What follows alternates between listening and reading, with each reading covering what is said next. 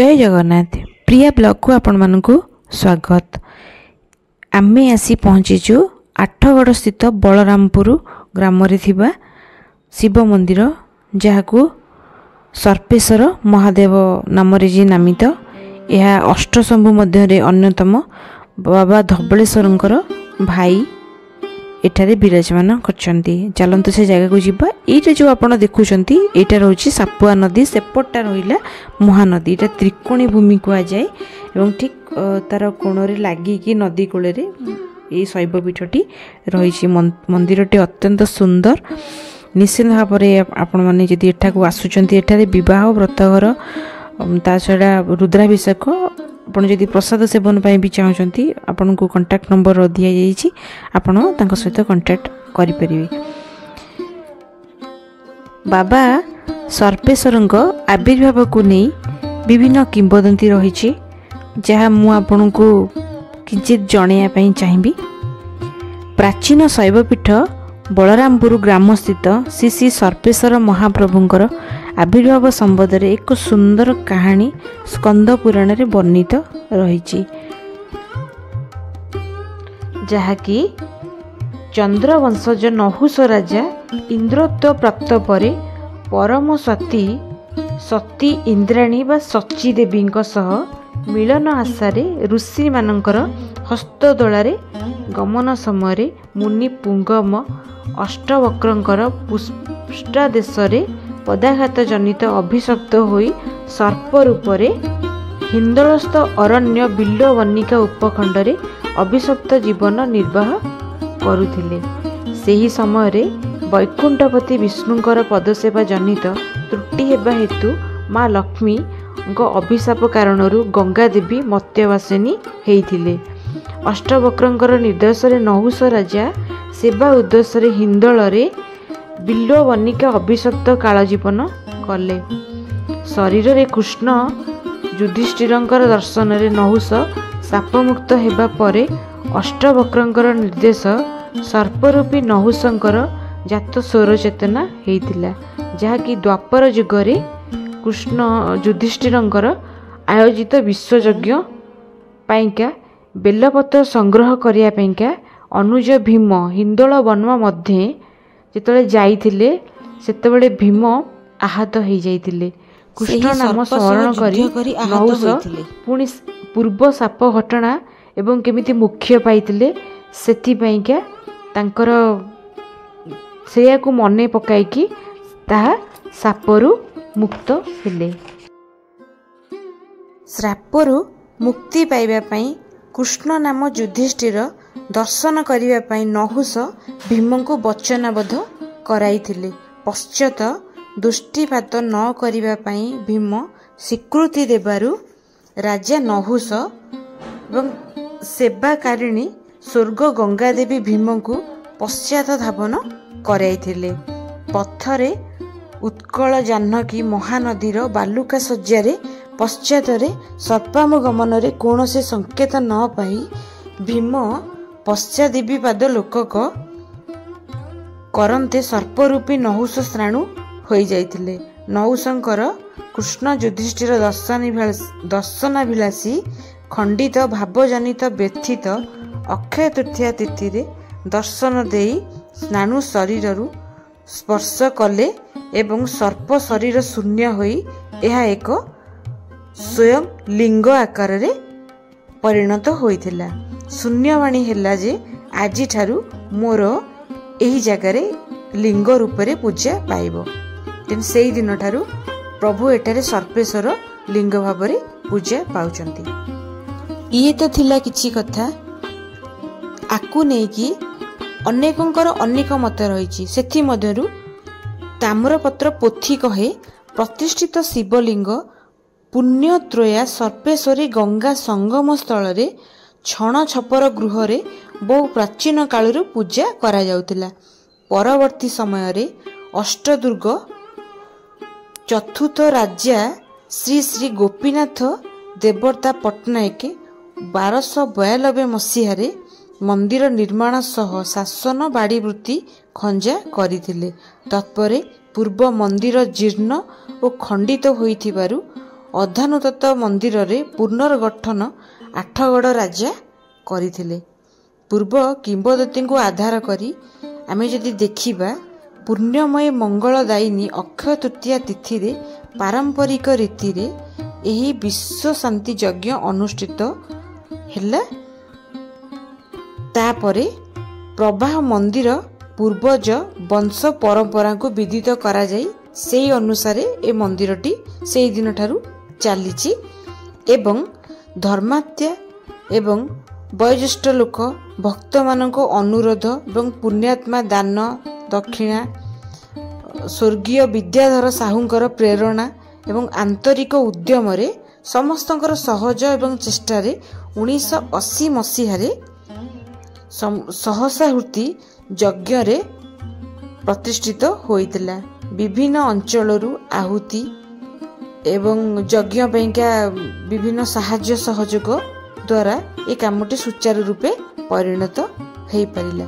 ସେହିଦିନ ଠାରୁ ଆଠଗଡ଼ରେ ଉପଜିଲ୍ଲାପାଳ ଏବଂ ସ୍ଥାନୀୟ ସରପଞ୍ଚ ଏବଂ ବହୁ ନେତା ମଣ୍ଡଳୀ ଏବଂ ବୟୋଜ୍ୟେଷ୍ଠ ଲୋକମାନେ, ଧାର୍ମିକ ବ୍ୟକ୍ତି ଏବଂ ସମସ୍ତଙ୍କର ସହଯୋଗରେ ବିଦ୍ୟାଧର ସାହୁ ଉପଦେଷ୍ଟା ଦାୟିତ୍ୱ ନିର୍ବାହ କରି ଆସୁଥିଲେ। ମାତ୍ର ତାଙ୍କର ବିୟୋଗରେ ପରେ ଧର୍ମାତା ତାଙ୍କ ପୁତ୍ର ଶ୍ରୀଯୁକ୍ତ ମହିମା ପ୍ରସାଦ ସାହୁଙ୍କୁ ସେହି ଦାୟିତ୍ୱ ସମ୍ପନ୍ନ କରିବା ପାଇଁକା ସମସ୍ତଙ୍କର ସ୍ୱୀକୃତି ପ୍ରଦାନରେ ସେ ମନ୍ଦିରଟି ତା ପରଠାରୁ ତାଙ୍କ ପୂର୍ବଜ ଅନୁସାରେ ପୂଜା ଚାଲିଛି। ଇଏ ତ ଥିଲା କିଛି ସର୍ବେଶ୍ୱର ମହାପ୍ରଭୁଙ୍କର କିଛି କଥା ଥିଲା। ଏବେ ଆସନ୍ତୁ ଆମେ ଏବେ ଭଗବାନ ସର୍ବେଶ୍ୱରଙ୍କୁ ଆମେ ଏବେ ଦର୍ଶନ କରୁଛେ। ଇଏ ରହିଛି ଭିତରର କିଛି ଦୃଶ୍ୟ ରହିଛି, ଯୋଉଟାକି ଭଗବାନ ଏଠି ଗର୍ଭଗୃହ ରହିଛି, ଭଗବାନ ଭିତରେ ବିରାଜମାନ କରୁଛନ୍ତି।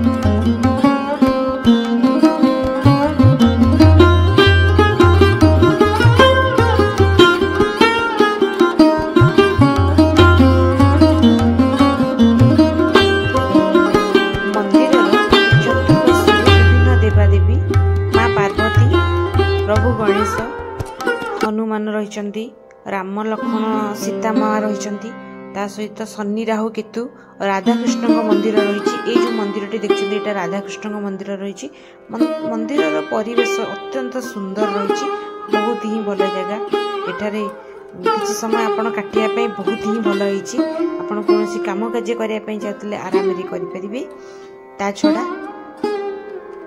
ମନ୍ଦିରର ଆପଣ ଯଦି ପ୍ରସାଦ ସେବନ ପାଇଁ ବି ଚାହିଁବେ ସେଥିପାଇଁ ମଧ୍ୟ ଆପଣ ତାଙ୍କ ସହିତ କହିଦେଇଥିଲେ ଆଗୁଆ, ମୁଁ ନମ୍ବର ଦେଇଦେଇଛି, ସେଟା ମଧ୍ୟ ଟିକେ ସୁବିଧା ରହିବ।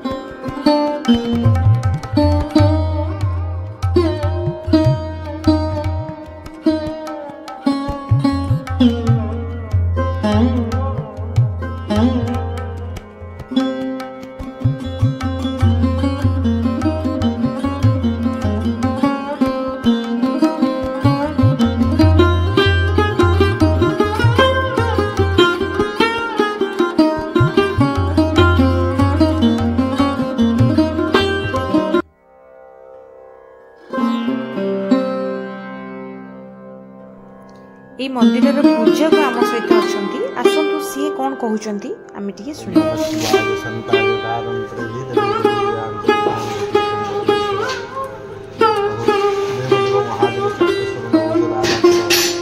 सेवक सनातन दास अपरंपार प्रभु नौशराज अष्टवक्र अभिशाप मुक्त हो युधिष्ठिर महाराज द्वारा महानदी सापुआ त्रिकोण विराज प्रभुंर जेको संतान कौन ना कौन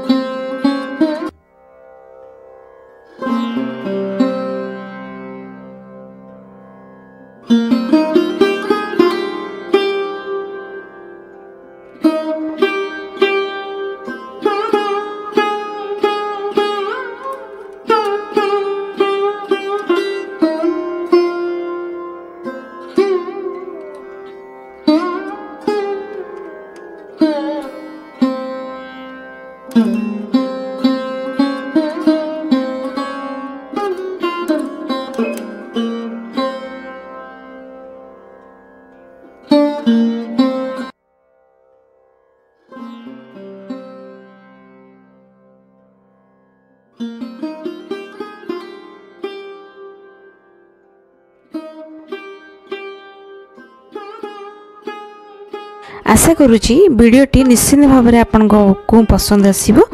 एहीपरि वीडियो देखिया मो चैनल टी को सब्सक्राइब करंतु एवं वीडियोटी आपन को भल लागिले निश्चित भाव में लाइक टे करिवे। आपन को कमेंट रे मतामत जणीबे। मो चैनल रे नुआ थिले सब्सक्राइब मध्य करिवे। पुणी देखा आपण मन सहित नुआ वीडियो रे सेति पर्यंत रहुची। नमस्कार।